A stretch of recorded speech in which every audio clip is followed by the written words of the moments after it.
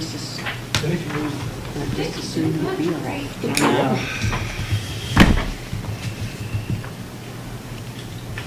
Hold on, Larry, I got the circle. Call this meeting to order and note that we do have a quorum. We need to approve the treasurer's report.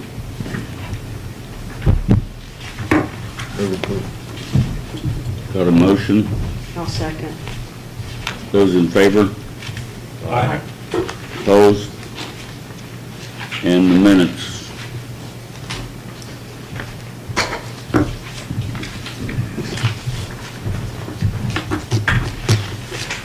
I move that we accept, that we pass the minutes as presented. Second. Those in favor? Aye. Opposed? Approval of claims. Who made the motion to approve the treasurer's report? I didn't hear it. What's that? Who made the? Scott. Okay.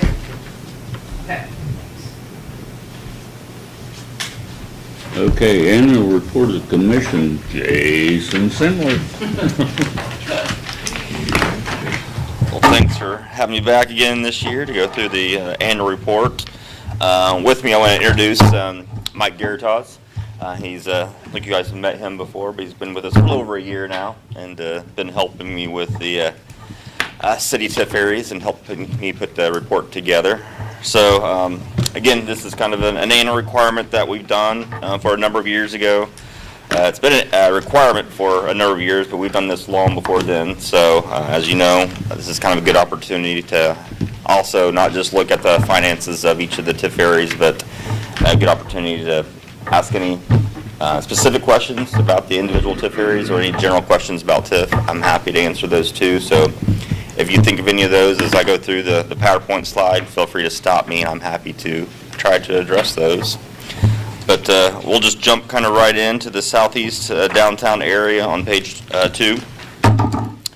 If you look on page 2, again, we keep track of when the areas were created because that's important, because depending upon when areas were created or expanded, that dictates when the TIF areas end and we stop collecting TIF. So that's important as we monitor the TIF with your bonds outstanding, and also important for you as you think about future projects on that revenue stream. So the southeast area, you can see last year we were estimating $630,000, and you actually collected $637,000. So that's good. This year we're expecting that's going to increase to over $840,000, and the majority of that has to do with Crown's equipment. I mean, they fortunately keep investing new equipment every year, which just increases the TIF. And then 2027 we're looking about the same amount. If you look at the note there, this is important because, as you know, we do pass through assessed value in this area. About $21.3 million is what we've passed through the last few years. So that's also, I think, maybe on your agenda, as you have to make a determination. Again, this year, it's an annual determination how much assessed value that you want to pass through in all your areas. And again, that's just to help, and I'll show this later on, when you pass through assessed value, that kind of helps reduce tax rates. So that 2027 number, that assumes that you continue to pass through that $21.3 million. But again, that's not required. That's completely up to you and how you see fit. What percent of the assessed value is that? I don't know it's not quite 50%, because if you were to collect, and I'll show this later, if you were to collect that $21 million, you'd collect an extra $638,000 in TIF. So it's a pretty substantial amount that you're passing through. So, looked at selfishly, we're leaving $638,000 on the table. Yeah. Right? Mm-hmm. That's correct. So passing through the AV, I think you said it puts a downward pressure, or my interpretation of what you said is it puts a downward pressure on the tax rate. Yes. It doesn't necessarily generate more revenue for the overlapping taxing districts. Correct. And I'll show that on the very last slide. That is a perennial confusion across the state. Correct. Yep. Okay. Yep, I'll show that on the last slide, but that's exactly right. So again, I do want to emphasize that 2027 estimate assumes that you don't collect that extra $600,000 and kind of continue the trend that you've had for the last few years. It's about 53%. About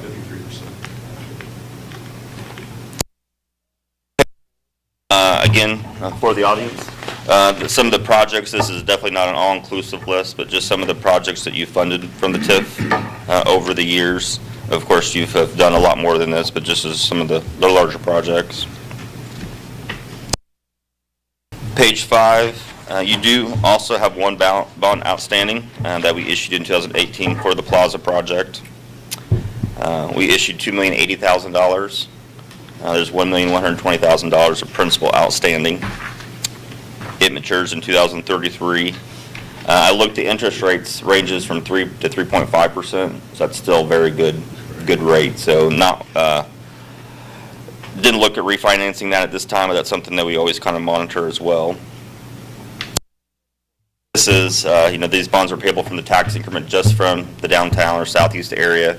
But if for some reason the TIF does come in short, there is a property tax backup on it. So the city would levy a property tax to cover any shortfall. Has that interest rate went up a little bit, or wasn't it 2 something? It has gone up over the, it's been fixed. When we first sold the bonds, we knew what the rates were, but as we get closer to the end of the bonds, the rate tends to go up. 3 still. Yeah. Heck of a deal. Yeah. Page 6 compares the estimated tax increment to the debt service payment, so that kind of the shaded in area is your TIF. Again, it's jumping up to $600,000 up to $840,000. The bars are your debt service is about $180,000.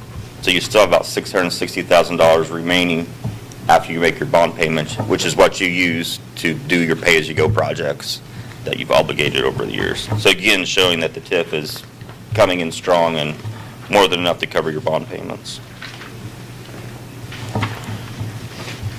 And then page 7, again, not an all-inclusive list, but just some of the projects we've talked about over the years to the future TIF could be used for. But a lot of them are for public infrastructure and downtown improvements. So any question with the southeast area?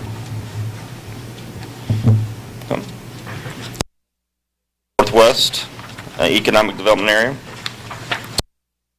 Consists of the Northwest Allocation Area, or Jeff Smiley's area, or out by the YMCA. It was created in 2004, so it ends in 2034. You can see collected close to what we had estimated in 2025, and then we are expecting a little increase for 26 and 27, $180,000 this year. Is that due to the housing being built? No, this is just the commercial part. So this is basically what Jeff Smiley created in phase 1. The next page, page 10, this is the Northfield housing allocation area. So it was created in 2020. It ends February 2041. We collected $25,000 last year. I have $23,000 this year. We've been monitoring that, and the software company at the county's level is not capturing the residential parcels correctly. Because as you know, not all TIF areas can capture residential parcels. But this one we specifically created so that you could. I can't determine why, but I have notified the auditor's office. They're aware of it. The software company is aware of it. We're trying to get it fixed. But I think you should be collecting not $23,000, but another $18,000 this year, so closer to $42,000. I talked to Debbie yesterday, and she has a call into the Department of Local Government Finance to try to correct the situation. So we're still working with the auditor's office on that. System or in the numbers? I mean, No, it's the system, because I caught it in the fall, and I caught it again in March, and we thought we had it solved, but it's something with the software company. So that's where the auditor's office, they're doing everything they can. It's just the computer is not doing what it should be doing. So Can it be corrected by hand if we can't get? that's what we're trying to. I think it can, but it's not that easy, as you can imagine, for the state. So Debbie's trying to go through the correct chain of commands because everything's been certified, even though we caught it ahead of time, it was still certified as one way, so we're trying to get it corrected before settlement, so you guys collect the amount that you need to. So we need to file a claim? No, I think, I think we're doing everything that we need to. She just needs to get the okay from DLGF that, yes, you can do this, and then we'll get it corrected. And then we'll recover the back? Well, we're going to try, it's been done correctly to this point. For whatever reason, there's a glitch or something, and it's just not, and it's funny because it's collecting one house, but it's not collecting the other 5. So it's not, again, it's not consistent. So it was correct in 24, correct in 25, and the first glitch is in 26. Yeah.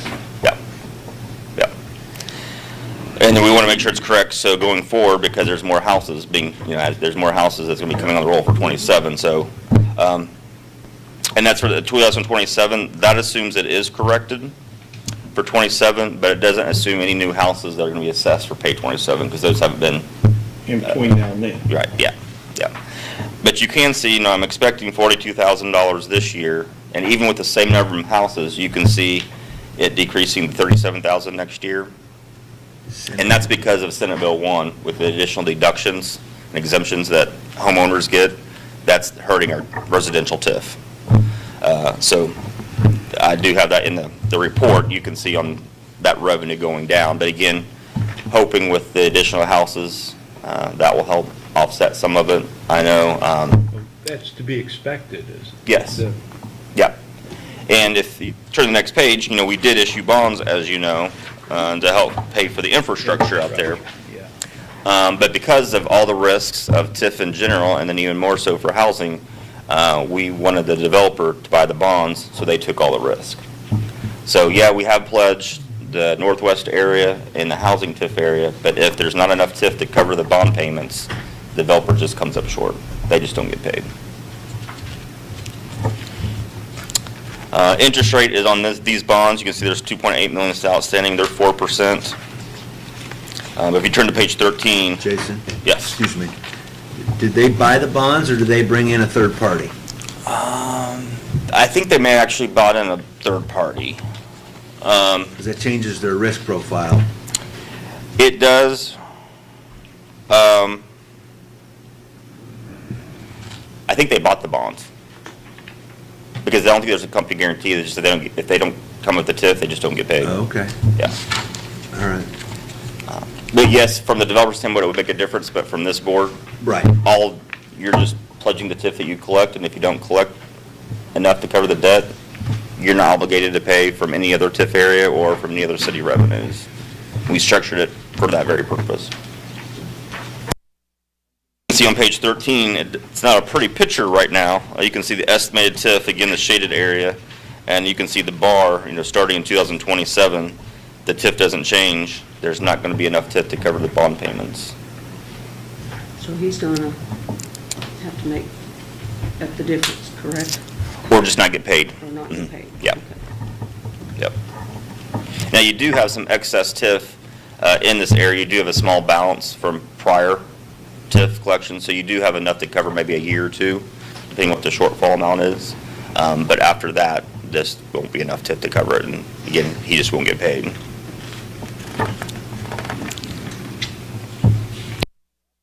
Talked to the developer yesterday about some potential changes. And he mentioned that there are quite a few more houses developed out there than what I'm showing in the database. So I'm hoping they get picked up for pay 27, but Mike and I are going to drive out there after this meeting and just document every house and make sure that there hasn't been one missed at the auditor's office. Because that's one thing with these new areas, every house there's a new parcel split.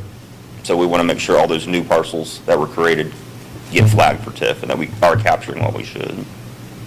It would be helpful if we tried to keep an updated address for you when there are. We can get with our building inspector and Yeah, that'd be helpful. have a printout that we can hand to you that says there's been a new permit issued for Yeah, that would be the helpful. address. Yeah, I mean, I'm over here often, so I kind of drive out there myself just to kind of visually see what's going on. But yeah, that would be helpful. Okay. Yeah. And I did talk to Carl yesterday, and he's actually going to give me a list of every house that's been built and sold and the date of occupancy as well, so I'll be able to Okay. track that. But yeah, going in the future, that would be helpful. Okay. Definitely more than 5.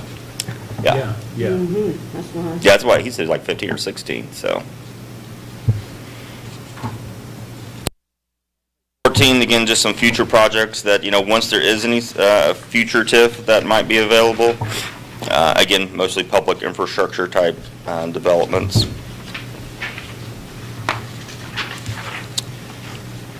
The next area is the Indiana Avenue area. Again, this is the fiber that we were capturing. So if you turn to page 16, we're collecting about $7,000 to $8,000 last year. That's increasing to $37,000 this year. With their investment increased quite a bit from 25 to 26. I kept that flat. Depending upon if they make new investment, it could go down next year because that utility property, just like manufacturing, it depreciates over time. So it could go down. But again, this is one where, turn to page 17, as you know, we have bonds outstanding.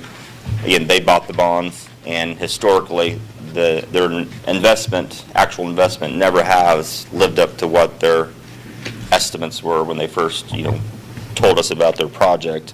And there has always been a shortfall. But you can see, there's only $72,000 of principal outstanding. It's going to end in a couple years, 2028.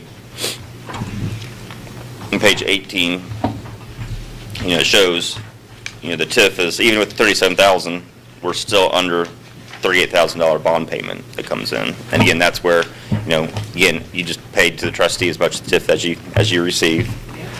So then after 2027, that's where you guys are going to have a decision. Do you want to continue this area and capture the $37,000 for other projects? Or do we want to pass it through or in the area? So that's a decision that we'll need to make here in a couple of years. Okay, if we don't, and that falls away, we would never be able to put that back in a TIF district again. You'd be able to create a new TIF district, but whatever the assessment, that $37,000, that assessed value that generates that $37,000, that would be your new base. So you'd only be able to collect anything new, any new investment. Okay. So in all reality, we would probably be better off just to continue it. Do you want to fund? It makes more sense to collect the $37,000 and use it for projects. Okay. Because otherwise, if you pass it through, you're just, again, decreasing your tax rate, but not really generating any new revenue for the city. Yeah, that was my train of thought, right? Yeah. Okay, sorry. Do the projects have to be tied to that area? Serving or benefiting. So that can be pretty broad. Huge area. Huge. Amazing how just one or two words. Yeah. The next couple areas, the Walnut Street area is created in 2021. Still not collecting any revenue in that area. But when this area was created, it has a 25-year clock, but that clock doesn't start until you issue bonds. So the fact that we have it created and it's not generating TIF, it's not really hurting us at this point. But it is there, created. What is that area? What was that for? Yeah. Weir School? No? Well, I don't know. Holland? Oh. No good. No, Holland was down here. It's where the nest No, is, that's I'm right. sorry.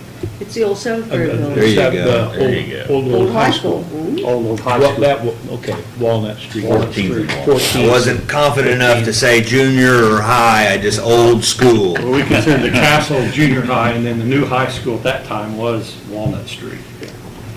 My ex-wife What- loves the nest. Remind me so it's why the we nest. did that. Why we did this. Oh, it was one of my harebrained ideas. Ah. Because I mean, Well, I was just trying, when I was looking at it, I thought, why did we do that for? when we went through a plan amendment in '21, it was one of the projects that I proposed as a be ready. Okay. Has anything developed from it? So do we need to, But it's not hurting us either. so you want to leave it? The next area, maybe a similar story, is the Gardner Street allocation area. Yeah. did collect a little bit in 2025. We're estimating about the same in 2026. So I'd like to know what that is. it's the increase in land value. Oh, okay. But I think there's a house on there now. There's three. One or two. Yeah. Three, I think now. But this isn't a residential TIF, so we can't capture the houses. But just because of the way, now that land, it was bare land when we first created the area. Now there's value on it, but now it's Senate Bill 1, it was ag land, I think. The base was up here, but now with Senate Bill 1, ag land now gets deductions that it didn't get before. So each year, you can see 2027, I'm estimating that they collect less. As those deductions keep flowing through, this area is actually going to be negative Maybe, because the base is going to end up being higher than what the current AV is once all the deductions get implemented. So this area might be one, I mean, it's not really hurting us because you're not really counting on it for anything, but everything else does develop out there that's not residential, you may want to end it and create a new one. Something commercial developed along Garner Street. Oh, it is. It is. Got Randy Got on a the putt- south and Suman on the No, north, right? no, if you go to the river Yeah, where the dump was, yeah, they're putting a putt-putt course in there. that's So- a fact, yeah. Yeah, they're putting a putt-putt. That's on the north side of the road, and what we're talking about is the city has the south side of the road, so if improvement comes on the north side of the road, putt-putt, but I'm sure it's got a dollar value to it. So, would we be able to claim that? Where's the area? Yeah, I'd have to look at the actual parcels. It's a pretty finite area. Does it go all the way from 3 on the west? I'd have to look at the map. I don't recall. Dave Aaron's homes at That's just, a corner, North just Main. past the Main, trail. Main, yeah. Yeah, You're on Garner, you go past the trail. Right, The homes are on the right. right. In behind there, I believe that is Garner. So I think the So putt-putt south only- side. Like between North Main Street and the trail. The trail, yeah. and go out to Garner, just look straight ahead, and you'll see the putt-putt sign. So the putt-putt's on the other side of the Yeah. street, so we Yeah, don't it's on the capture north that. side. Putt-putt's on the north side. Yeah, We won't be so able it's to- outside. You'll see it just as soon as you finish counting houses. Yeah, Yeah. yeah, I'll look for it. What is the process to cancel a TIF? Huh? yeah. Yeah, Is it the that's same what- as adding a Exit TIF? out the north It's, Is there a what? and I believe it's shorter. I believe it just has to go From to the housing, Yeah. council. Out Also go to the north. On the council Garner Street? to approve it as well. is there? But I don't think it goes to planning. So it's I think it's a shorter process. We might want to consider canceling What, this. what do we do with, we didn't have a bond issue or anything. No. We just created an area. Yeah. Because that's going to develop housing in this specific, if it develops, it will develop housing. Yeah, if that's the case, I would, might as well end it. Did we help pave or reconstruct the road, Garner Street, so it would be suitable for ambulances and stuff back and forth We to the put hospital? it on our road funding one year, yeah, and got a new surface on it, but nothing more than a new surface. So does that property include what? Is that the old Bowery Brook? All of that and the old interurban track bed and Yep. all the Yes. way to New York Avenue? Yes, they have plot plans where the three houses that you're talking about, it comes down to the old interurban trail. Yes. And they've got retention ponds designed, and I think it's 18 to 20 homes. That's what I was gonna ask, how many homes were they wanting to, I think it's 18 to 20. I've seen the sign there, but So, And this specific TIF wouldn't assist that because it's a commercial TIF. Yeah. Right. Yeah, because when we created, I don't think we do commercial residential. stuff on the south It side. it wasn't available, I Mhm. wasn't even in our thought. Right. I just think we thought it was going to develop eventually because of the development that we were aware of. So the collections go where? There should be a separate allocation fund for Gardner Street that you'll put that $1,000 in. For the commission? Mhm. When did we start collecting? 25 was the first year. Okay. I don't think I've ever seen that. I think it's included. You remember me calling about that? Is it I'm like, included what- in the I think southeast it's or the included in the northwest? to- I bet it's in the northwest. Yeah, In the totals. so maybe in this year we carve it out, you get another fund. I think I Unless we have, grow it. I think I have a separate fund, but when I first started doing the financials, I just added that total. Okay. But since you've been doing it, but it's in there and we do have that, yeah. So when we declare a dividend, we can have it come out of there specifically, right? The last schedule I just wanted to hit on, if you go to the page 25, this is kind of a schedule that we've kind of talked about a little bit throughout the presentation, but this just kind of shows you, how it works. So the top of the page, scenario 1, looks at the tax rate for the city of Newcastle. It's $4.53. So it's made up the county, the township, the school, the city, and the library. All those tax rates add up to $4.53. So if you look at the city, there toward the bottom, if you look at kind of start from the right and go left, the estimated property tax levy, you can see the city, there's $12,196,000. That's the city's budget that's payable from property taxes. The tax base of the city, there in the middle, is $525 million. So that's all the assessed value of the city that's not in a TIF area. It's real property, personal property, agricultural equipment, everything that's not TIFed. So the city has to levy a tax rate of $2.32 and tax on all the taxpayers in the city to generate that $12,196,000. If you go to the bottom, let's say that we didn't pass through that $21 million in this southeast area. You look at the city again, the city's budget doesn't change. It's dictated by the state. They're collecting as much as they can from property taxes. So it's $12,196,000. If we captured that $21 million instead of passing it through, the base goes from $525 million to $504 million. So the city has to levy a tax rate of $241 instead of $232 to generate that same amount of revenue. So you'd have to, if we didn't pass through that $21 million, the city's tax rate would go up about 9 cents, 10 cents. Because we're passing through AV to the tax base, so now you're able to collect more. So if we didn't pass through, you can see the tax rate of the city, total taxing district, would increase by almost 14 cents from 453 to 467.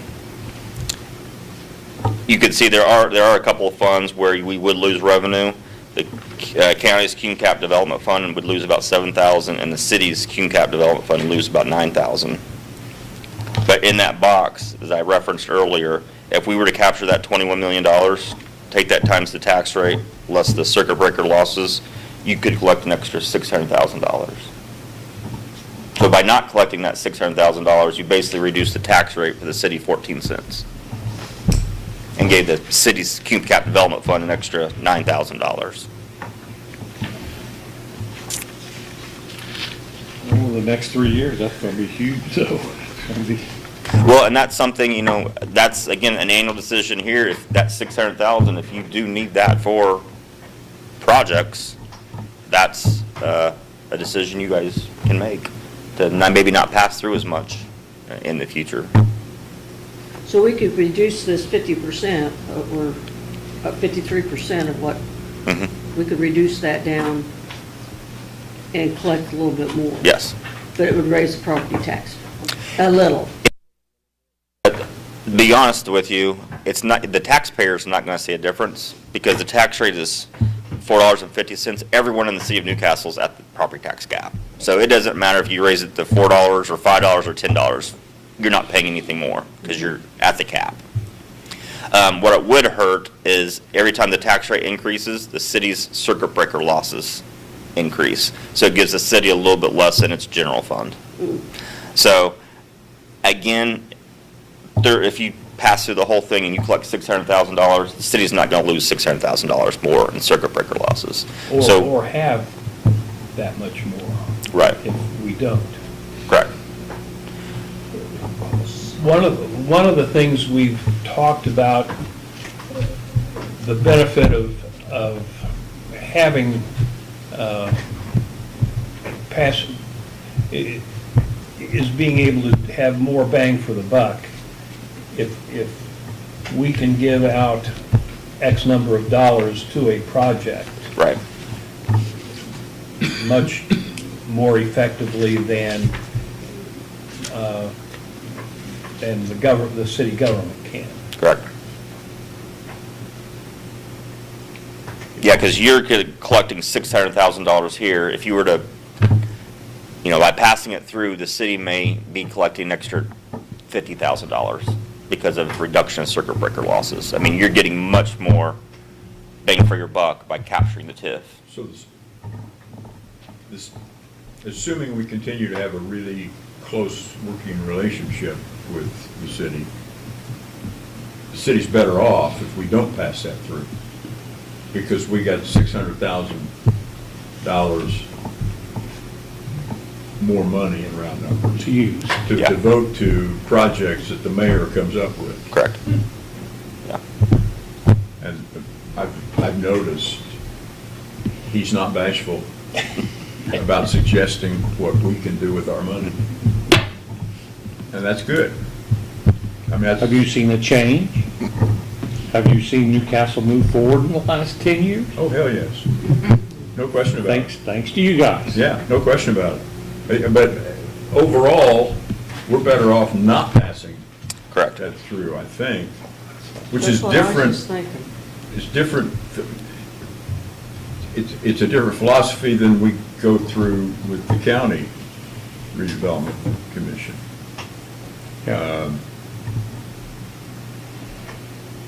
I've never thought in the terms we're now thinking in terms of. So we got to remember that in what, September? No, today. Today. We got to make the determination by Today's June today, 15th. okay. Yeah. I can remember it throughout the meeting. I'll be all right. Now, I mean, you also have to think about, the city, but by passing it through, you're also helping the school and the other taxing units too by passing, because you are reducing the school's tax rate and all the other units. So, And I think that's what the initial Right. thought was when we did this. it was, We didn't want to take away from schools or the library or whatever. yeah. So it's definitely a balancing act.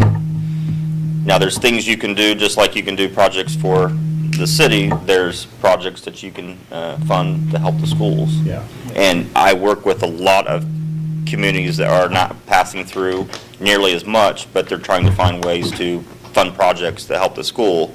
And that's actually, just like it is better for the city to fund projects with TIF than to pass through, it's actually better for the school to fund projects right to the school rather than pass through. Because it's the same way, you don't get any revenue, it just decreases your tax rate, which, so it's, That's what the county's doing.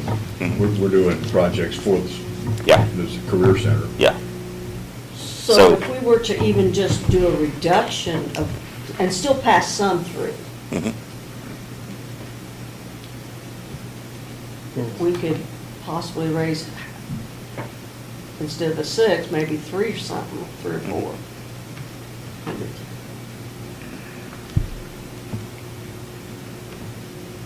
And maybe do a gradual. It's just a thought. If we collect, if we pass through nothing, it makes a difference to the school system of how much? I've not calculated that. It would reduce the tax rate of the school by, If you pass through nothing, it would raise the tax rate. yeah, it'd raise the tax rate for the school by 3 cents. But it would increase the school circuit breaker losses by $1. I don't have that. I could calculate that for you. Well, if we're being sensitive to the school, I don't know if I want to reduce what we collect by passing nothing through. I don't know if I want to reduce that disproportionately to what it means to the school system. In other words, if we pass nothing through, we collect an extra $650,000. Does that mean the school gets $10 less, $10,000 less? Yeah, I'd have to calculate that, yeah. Yeah, that sort of thing. Yeah. So if it doesn't mean much to the school, it just seems to me we ought to pass nothing through and then be open to projects. To help them out with projects. Yeah. I mean, I could make that calculation, how much additional the school would lose by passing through nothing. And then we could, I know for a fact that if you captured everything and didn't pass through anything and funded a couple of projects, it would probably be more beneficial to the school than seeing the 3% rate reduction. And we've worked with the school on projects like that, but I sound like a broken record, and I'm probably going to say it 4 or 5 more times today. Senate Bill 1, they're in the same boat we are. They've already eliminated half of their custodians, if I'm wrong. You are correct. Correct me anytime, because I don't have all the, so they're on hold as much as we're on hold just until we get our next tax draw. Yeah. And didn't know what our operating funds are. So.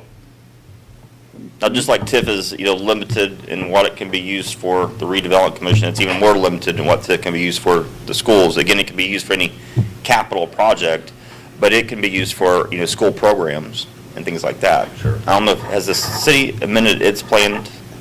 I know the county has, but I couldn't remember the city. Go back and look. But Amended what? We were supporting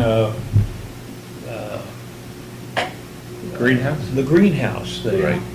So we have the ability to do that. I'll look at the last plan amendment. Because there is a statute that allows you to use up to 15% of your TIF that you collect each year for the school. And it's a list of what it can be used for. It can't be used for operating, it can be used for salaries, but it can be used for school programs.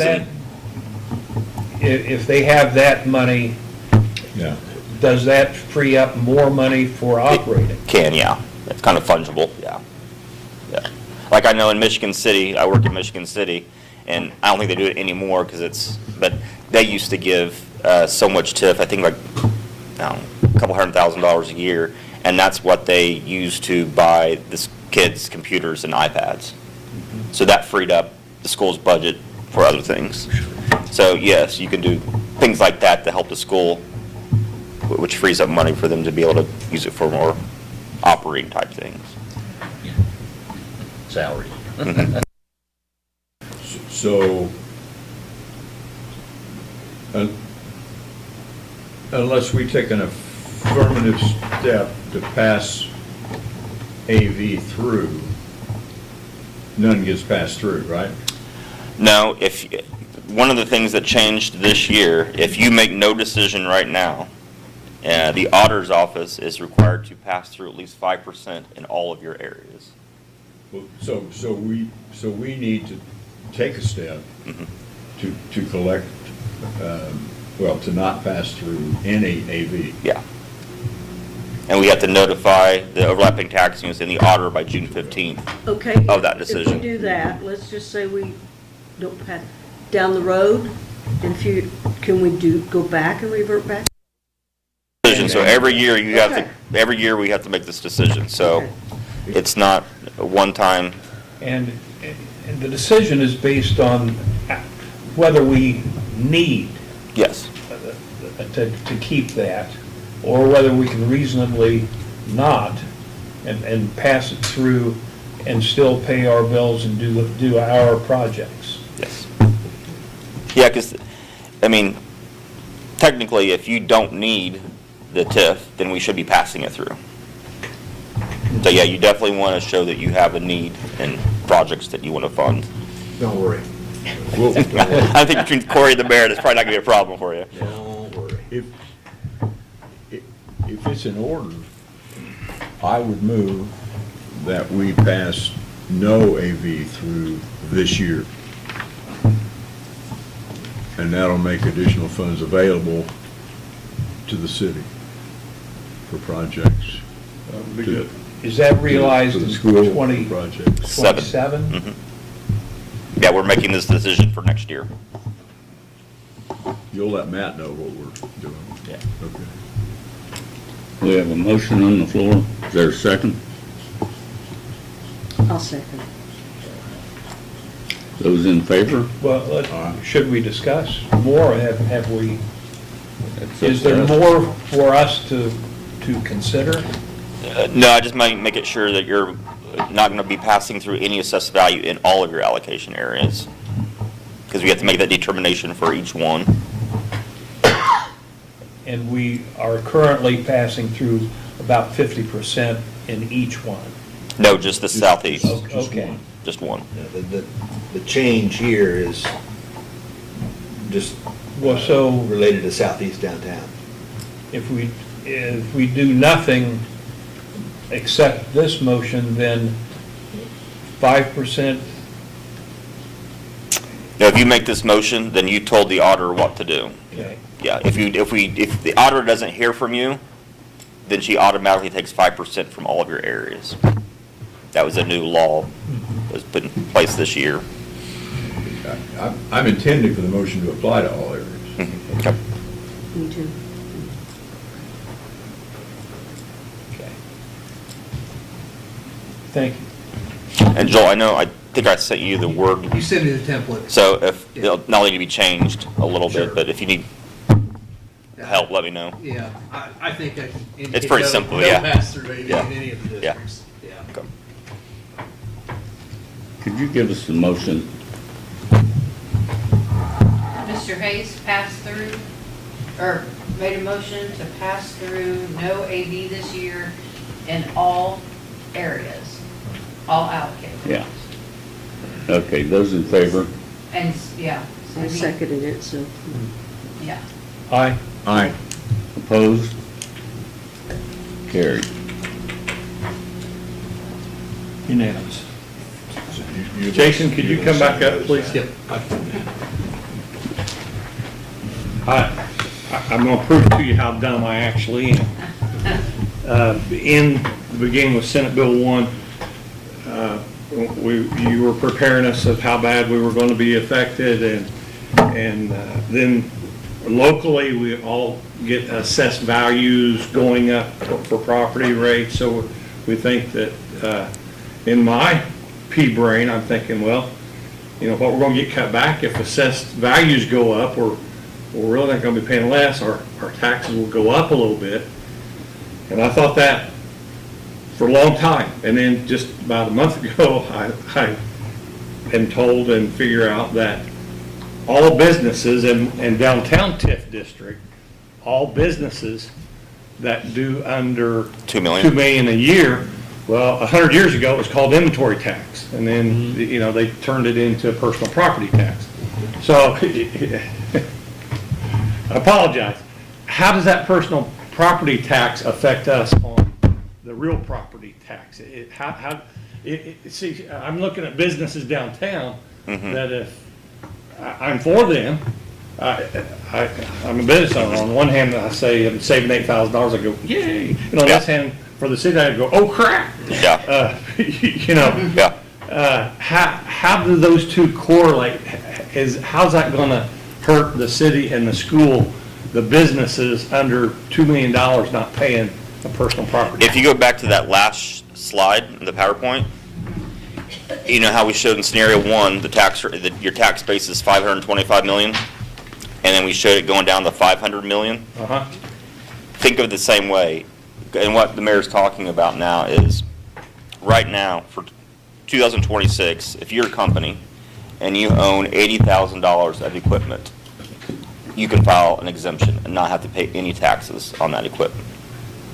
Next year, in 2027, if you own $1,999,000 of equipment or less, you can file an exemption and not pay any taxes. Well, see, that scares me even more. Yeah, so that, in a lot of counties, that's a lot of companies. So just so that's going to decrease your tax base. So like in that example there, your tax base could go from 525 million to 500 million, because now all those companies aren't going to be paying any taxes on this personal property. That just gives me So what goosebumps. that means is it's going to increase the tax rate. So from the TIF standpoint, it's not going to impact you guys because everyone's at the cap. Everyone's already paying $3. So it doesn't matter that your tax rate's going to go from $4.50 to $4.75. So you're not going to collect any more taxes. But what that does mean is for the city, your circuit breaker losses are probably going to go Our up. losses go up. Yes.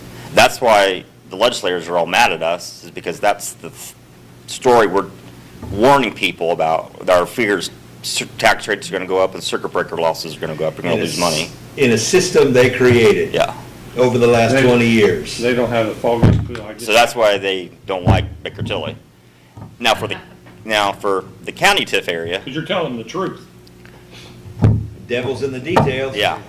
But for the county TIF area, it could be beneficial for you because your county, you're in the Henry County Township, a lot of your TIF areas, your tax rate's gonna go up. A lot of your taxpayers aren't at the cap.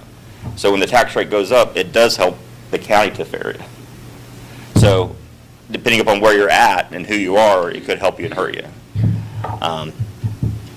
Well, fortunately, the counties came to us and we're working together on that, so we'll be getting with you to help. I think we're on the same page with the Are county. you talking about for the local income tax? Yeah, The must, good. the must. Okay. Yeah, I Yeah, was really pushing them that we need to work together. yeah, so, Good.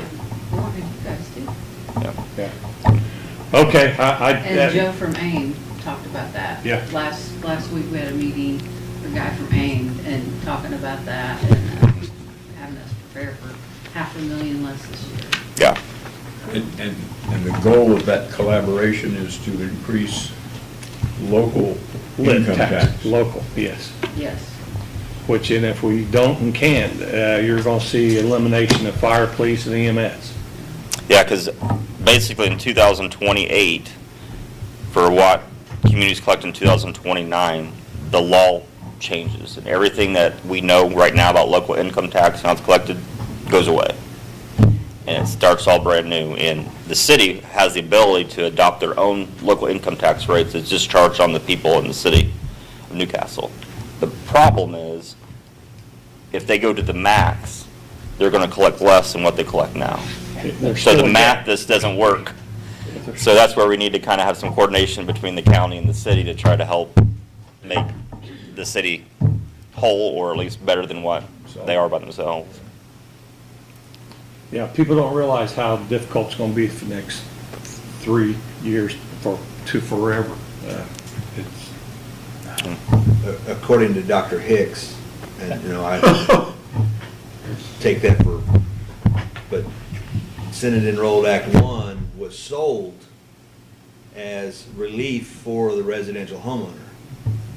The biggest beneficiary are businesses because of the exemption moving from 80,000 in equipment value to 2 million. Most of the business taxpayers are from small businesses, and they're under 2 million. And so that was the biggest, and the homeowners, depending on their specific scenario, probably aren't gonna see a whole lot. Not from what I'm hearing throughout the state. yeah. So did you get everything from us that you needed? Mm-hmm. Yeah. Thanks for answering that question. Every time I think I get a little bit figured out, another curveball comes. And so it's been, I appreciate you and your company helping us weekly walk us through this. I don't know what we would have done without you. I'm glad to help. But my taxes, my real estate taxes have gone up, not down. Yeah. Mine did too, a little bit. So I don't, where'd that benefit, where was that, how'd that benefit get hidden from me? I can tell you part of the reason, and again, it's because it's the complexity of Indiana property taxes and just how behind we are in some cases is a lot of times assessments are based upon cost tables that are provided by the state of Indiana. Well, in 2025, your assessment was based upon 2019 cost tables. Okay. And with houses, you do have, sales information as well. But as you can imagine, prices have gone up a lot since 2019. So in 2025, they increased them to, I think, 2021 cost tables. So that your assessment probably went up quite a bit. Oh, yeah. And then for 2027, talking to Jody, now the cost tables are at 2023. So assessments have gone up even more. So that's why, yeah, you're getting more deductions, but your assessments have gone up. So it all depends upon, where you're at in that. See, that's where I was thinking, I was thinking, are we really gonna get hurt because our assessed value's going up? Yeah. So we're really gonna be, county's gonna be collecting more. So I didn't think we were gonna get hurt quite as bad, but But you also think about, and this is where it's impacting your TIF, you guys aren't as much because you don't have much 2%, but like apartments, agricultural land, anyone that hits those 2% caps, now they are getting deductions, which they've never gotten deductions before. Yeah, that's the other gift in Senate Enrolled Act 1 was the apartment owners, the rentals. People that own homes to rent them out, they're able to take some deductions under the new law. So yeah, your assessment is going up because of trending, but then your net assessment's going down because all these people are getting deductions that they never got before. So, yeah, it's, hey. Tough. Not gonna get any easier. I appreciate everything you've done, thank you.